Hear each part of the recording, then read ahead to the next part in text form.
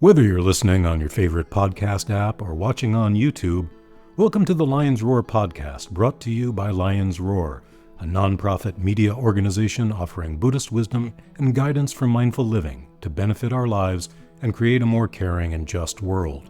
For more, go to lionsroar.com, and if you enjoy this episode, subscribe so you don't miss future ones. Following her insightful and compassionate commentaries on the war in Gaza for lionsroar.com, Buddhist teacher Tara Brach sits down with editor-in-chief Melvin McLeod to talk about the ultimate root of conflict, the destructive dehumanizing known as othering, and how we can overcome it in ourselves and society. Hi, this is Melvin McLeod, the editor-in-chief of Lions Roar. I'm here with Tara Brach, the well-known Buddhist teacher and PhD psychologist and author of many fine books on how to apply Buddhist wisdom and techniques and mindfulness to our lives in this world now.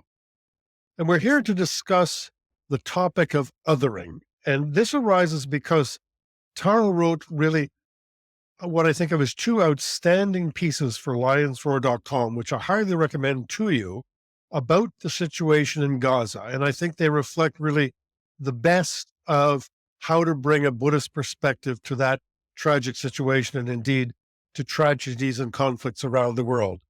Based on her own deep knowledge and involvement in the region, she writes with caring and understanding for the suffering and tragedies suffered by both sides in the conflict, and equally honestly about the injustices committed by both sides in the conflict, and points us to some very practical, real-world solutions for that terrible situation in Gaza and indeed in Israel and Palestine generally.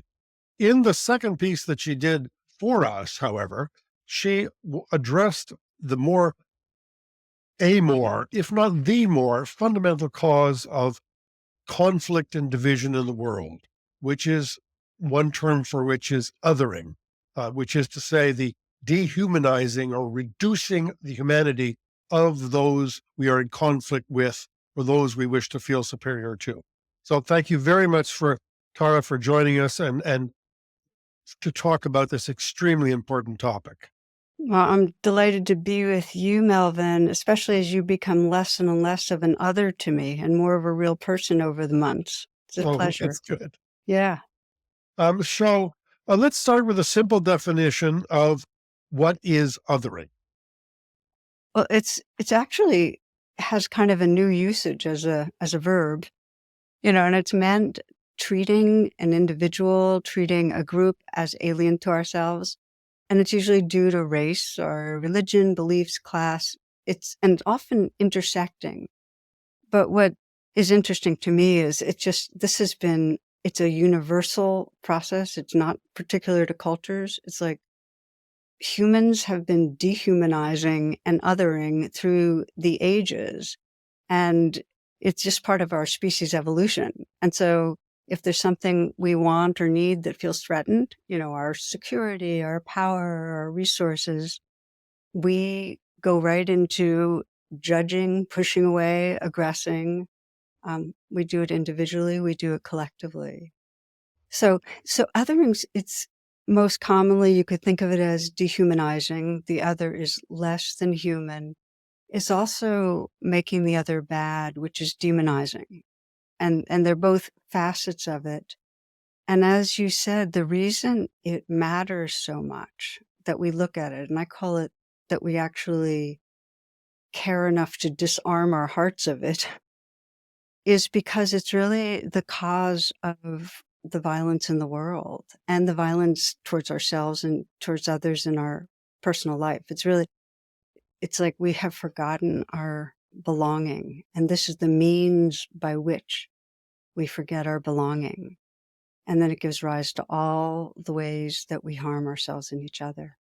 And indeed, there's hardly been a conflict in history, recently, all the way to the way that the Japanese were demonized racially in the Second World War, to the genocide in Rwanda, to the conflicts in the Middle East, to conflicts within American society between races and political factions, that there hardly ever been a conflict in which there were not denigrating epithets and names and titles and characteristics ascribed to one's enemies or to those to whom one feels a need to feel superior. So, what would you say are I mean, you could say that this is a cause of conflict, or you could say that it's a means by which conflict is maintained and exacerbated. Either way, it's fundamental to conflict. Um, and what would you say the uses of it are, both in society and politics or in conflict, or the uses of it to us individually, to in fact denigrate others, either individually or, I think most importantly in this context, collectively, and what purpose that serves us in terms of our own individual psychology? Yeah, it's a really good question because politically or in a societal way, we create hierarchies, and it preserves the hierarchies. It keeps the ones that are dominant, and it kind of reinforces a sense of, well, we deserve to be, not to question our privilege and so on. And it strengthens the group allegiances. You can watch it, and I think what you and I'll keep doing is referring to the left, right, red, blue, what's going on here in the United States. But you can sense how on the right, the group allegiance, the cohesion that has come out of, a sense of moral superiority and righteousness and power out of putting down the left. And it's absolutely done in reverse too. It gets people's fervor up to, in war, to aggress. You cannot motivate people to aggress against other people unless you dehumanize them, make them consider them, oh, these are animals, these are vermin, this is language of dehumanizing. It enables us to commit and rationalize genocide, torture, all the acts of cruelty. And then on an individual level, when we other someone, we feel superior. We feel righteous. It inflates us. We're more powerful. And it also justifies ways that we will exclude or mistreat or abuse others. Well, they deserve what they're getting. So it does a lot to help us further what we want and protect against what we don't want. And you're right that it provides a moral rationale or justification for dominance or for superiority. I deserve to be in this privileged position because I'm a better human being than those people who are lesser than I am. And so it provides a moral justification for all kinds of hierarchies and forms of dominance and conflict. So then the question is, if we say that this is primarily about denying the full humanity of others, particularly as a group, in which, we could just, we know you've listed some of the terrible epithets, whether it's vermin or cockroaches, as they were called in Rwanda, or all the different terrible denigrating terms that people use for other races, other nationalities, other cultures. How do we manage to create the perceptual blindness that allows us to deny their full humanity when their full humanity is so obvious that they are people with families, they are people with love, they are people who need food, they are people who don't wish to suffer. Their full humanity is constantly on complete and obvious display. How do we manage to avoid acknowledging that? Because that requires a whole lot of blindness. It does. And just the way we have that kind of, we're really, really good at fixating our mind on what's wrong. It's the fear bias, the, negativity bias through evolution. We do the same thing on humans. If it furthers us, we just fixate on what seems wrong, and it's based on limited or inaccurate information, and it becomes the default of the brain. The brain does what's easiest and simplest. So we default into stereotypes. and it happens over and over. We use the dehumanizing language, and we have very objectifying and dehumanizing language to groove that in deeply in our brains. We continuously think in us, them thinking. I mean, it's part of the architecture of the brain to make differences, and we do it and we make negative differences. And if we're honest with ourselves and we look at how we think about sides all the time. I'm on this side, you're on that side. And then another way that it gets kind of rooted in our system is systemic oppression and injustice and violence and exploitation. And others are part of systems that keep it going. And one of the real giveaways for me is what's sometimes called selective empathy, that it becomes impossible, let's say, for an Israeli to really open to the devastation experienced by Palestinians, and really impossible for some Palestinians to do the same in reverse and get the degree of fear and trauma that Israelis live in. So it's very hard to get an embodied kind of compassion towards others that you consider others. And we would say that what we're describing now are the most extreme and negative forms of stereotyping or of characterizing whole groups of people. And yet, and people listening to this now would say, well, I don't do that. That's terrible.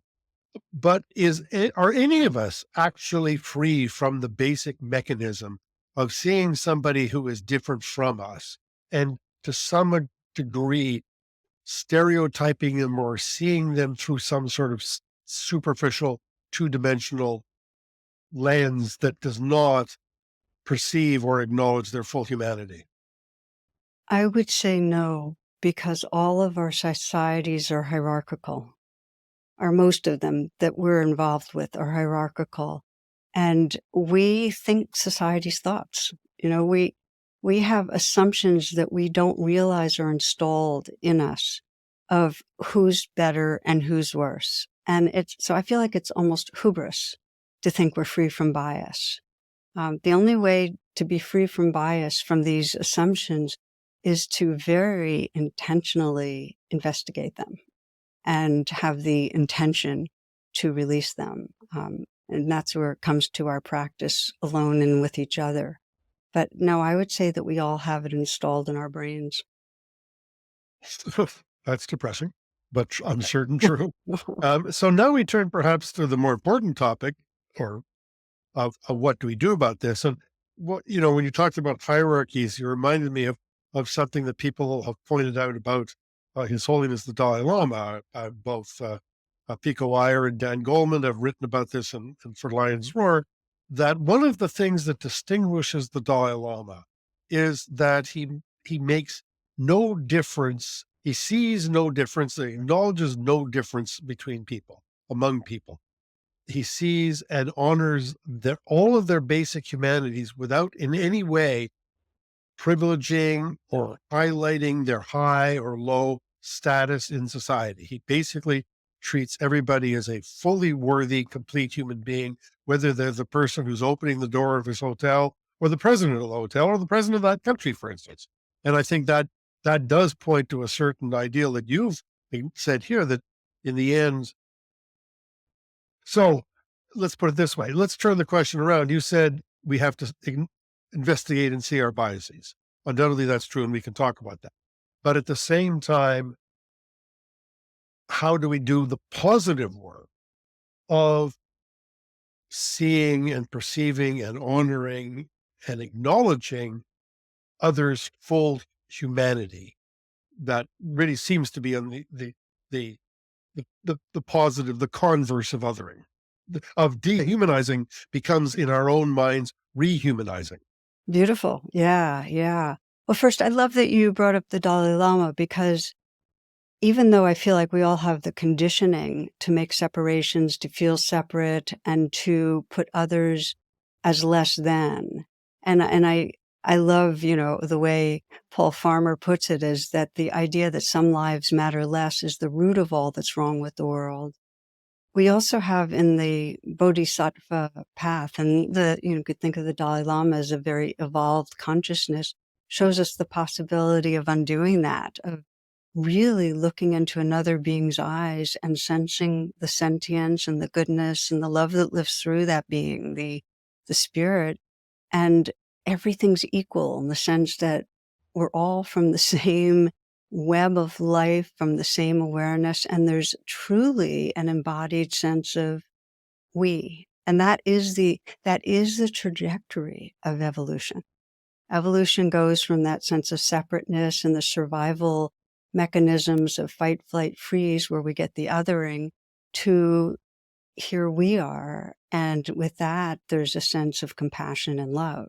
So I feel like it's really, I love that you're putting out, this is the evolutionary potential to disarm and to go beyond othering to the sense of real interdependence and love.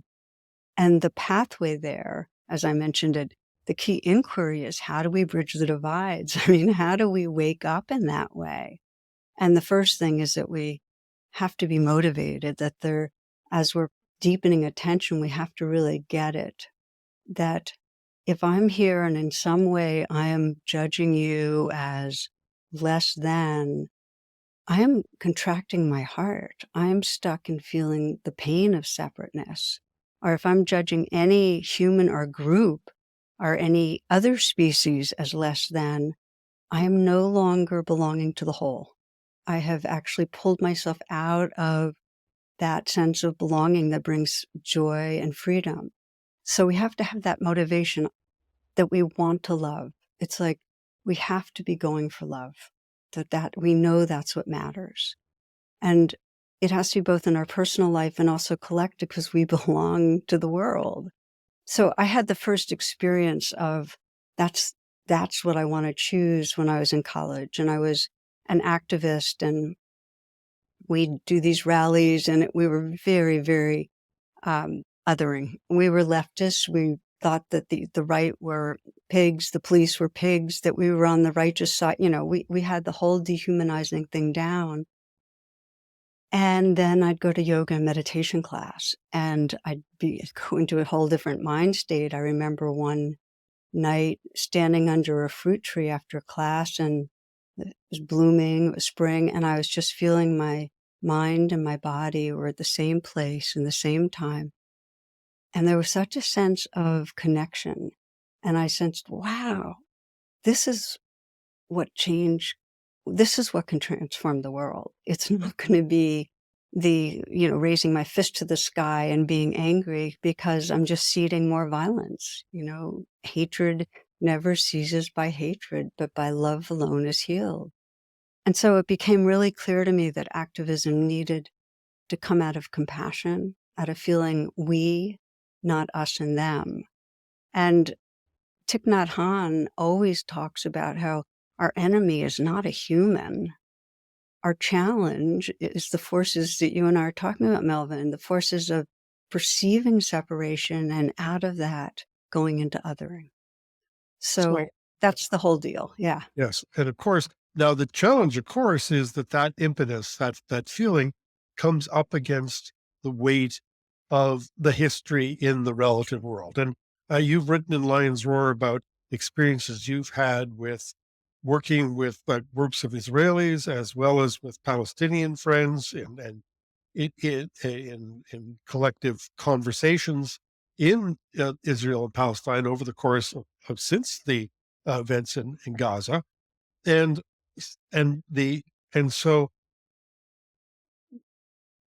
that impetus to see the full humanity of others comes up against the reality that each side has committed injustices, that each side has suffered at the hands of the other.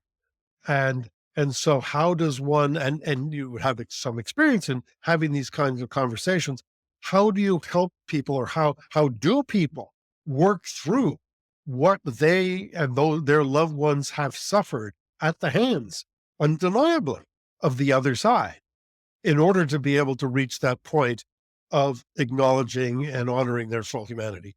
How do we balance those, or find some way past the relative hurts, and they're not, and use of the word relative doesn't in any way diminish them. They are terrible to reach this point, because that seems to be the journey that's required, and it's not an easy one. Yeah. So, couple things to say. One is that trauma begats trauma, and and in this case, I don't feel like I'm not saying that both sides caused injury doesn't mean there's an equitable scale. It's way off balance. And the first thing that has to happen is that there's a ceasing of violence so that there's even a chance to begin to do some inner and collective healing. And that's going to take generations. But maybe just to bring it to something more for myself, my own place of where I get reactive, because I feel like that's really relevant. Like, how do I wake up out of bad othering yesterday, today, and tomorrow when we're approaching an election here in the United States that has such potential outcomes that could cause such harm? And I can say for myself, just to give you an example, I have a friend, he's an older white man who's voting for Trump, as is half the country approximately.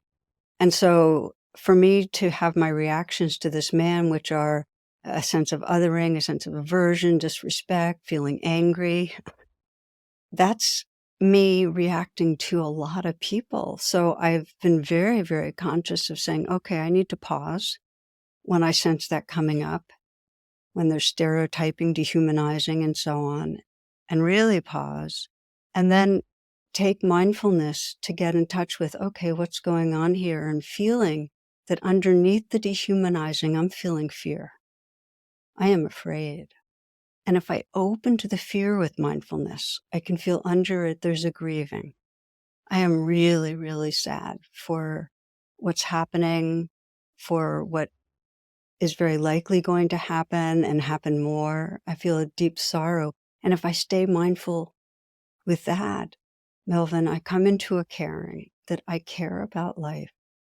I really care about life. And if I can shift from the bad othering that targets a human, and as Thich Nhat Hanh said, it's not the human, and come into my caring, then I can look again and I can see this friend of mine and I can see his fears and I can see how they've rigidified him, and I can see how he's feeling aggressive to protect something and his loneliness in that.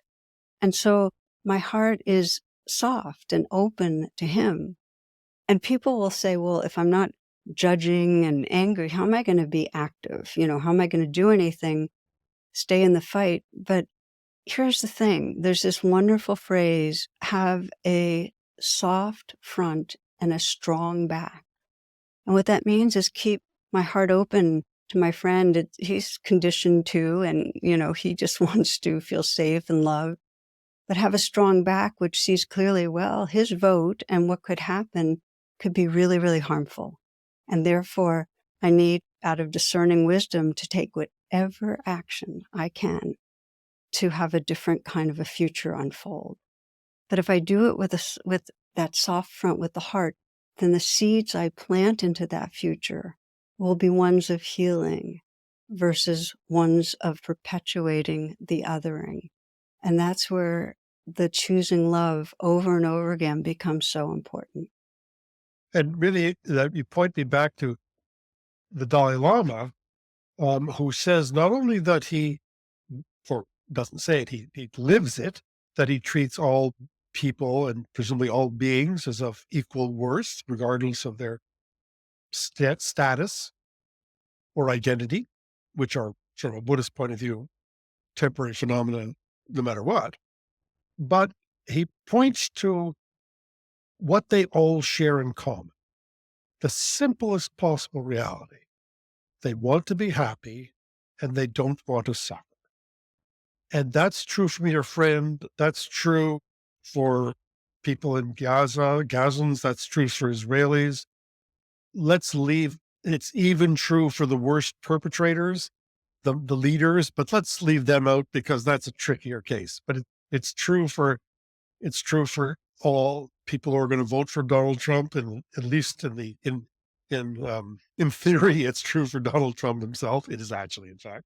But the point is that if we recognize that, then we could say, well, and yet at the same time acknowledge that people do and are doing destructive things that are hurting themselves and others. And we could never have any kind of view that denies that reality. But then to be able to say, well, their problem is that they have not accurately understood what will really make them and others happier. The mistake is not that they want to be happy themselves. They want happiness. The mistake is that they misunderstand what truly brings happiness. And so in that sense, it's an error, or it's a cognitive problem, or it's a knowledge problem, but it's not a moral problem. It's actually, you can have full empathy and understanding for your friend while acknowledging that for whatever reason, historically or psychologically, or in terms of their own trauma history, they're choosing a path towards that they think will lead them to that happiness they long for, but in fact won't, neither for themselves nor for others. That is completely right. And it points to the two main trainings of the heart in the Buddhist tradition. And one of them is seeing the goodness, seeing, yeah, we want to love and be loved, that there's awareness and sentience shining through. And the other, and this is the one I think we sometimes have to do first, is to see the vulnerability, just the human vulnerability. It's that question of, where does it hurt? Because if we can see the vulnerability, that starts to soften our hearts, and then it's easier to see spirit coming through each being. But those two trainings are crucial. And that's just a crucial way of stepping out of the othering and coming into more wholeness. And then, as you said, we do what we can because we see the danger, but it's not out of some condemnation for some moral failing, thinking the other's a sinner in some way. Well, thank you very much for joining us for this conversation, Tara. It's a very important topic. I think besides what we've said about it, I feel like you've pointed us towards the most important thing, which is a feeling, which is that feeling of oneness, which is that feeling of warmth, and that feeling of empathy, regardless of what may be happening on a philosophical or intellectual or political level. And so I think for that alone, I really want to thank you for this conversation. I think all of us in this world, listening now, all of us in this world. Well, before I sign off then, why don't you help us do that? Help us have that feeling. Can you either tell us or lead us or guide us now for how we could, even now on the spot, or at least in the rest of our lives going forward, how do we do our best? What methods do we use? What contemplations do we use to be able to have that feeling of empathy and caring and friendliness and the we feeling towards all humanity? Sure. Start where we are. Start where you might, right this moment as you're listening, sense what's really upsetting or distressing you, that seems, that makes you blame somebody or other somebody. And if you take a moment to sense the distress and sense under it, just mindfully, perhaps you can feel the fear of what can happen. And even underneath the fear, the sadness about the unraveling of our world. And just to keep opening, because this is the courage to feel what we feel, to feel that what your heart is caring about is good, that you're really caring about life. And it sometimes helps just to put your hand on your heart and feel that caring about life. And then ask, I think, this beautiful question, what does love want from me? What is love asking for me? And just sense how love can guide you to bridging a divide, perhaps with another person, or just the divide that's created when you've othered in some way. How love can guide you to choosing over and over again to open your heart, not close your heart. Well, that's beautiful. Thank you. And immediately makes me think of what is the fundamental vow and aspiration of us as human beings. In Buddhism, these are called the metta prayers or the four immeasurables. I believe they have nothing to do with Buddhism. They represent what all of us most want in our hearts. And I think the first one is alone is enough. May all beings enjoy happiness and the roots of happiness. Mm. I think that's what you pointed us to. May it be so. Thank you very much for joining us. My pleasure. Thanks for listening. Mission-driven, nonprofit, and community-supported, Lion's Roar offers Buddhist teachings, news, and perspectives so that the understanding and practice of mindfulness, compassion, and wisdom flourish in today's world. Go to lionsroar.com and subscribe to receive unlimited access to online articles, meditation instructions, our new Buddhist glossary, and so much more.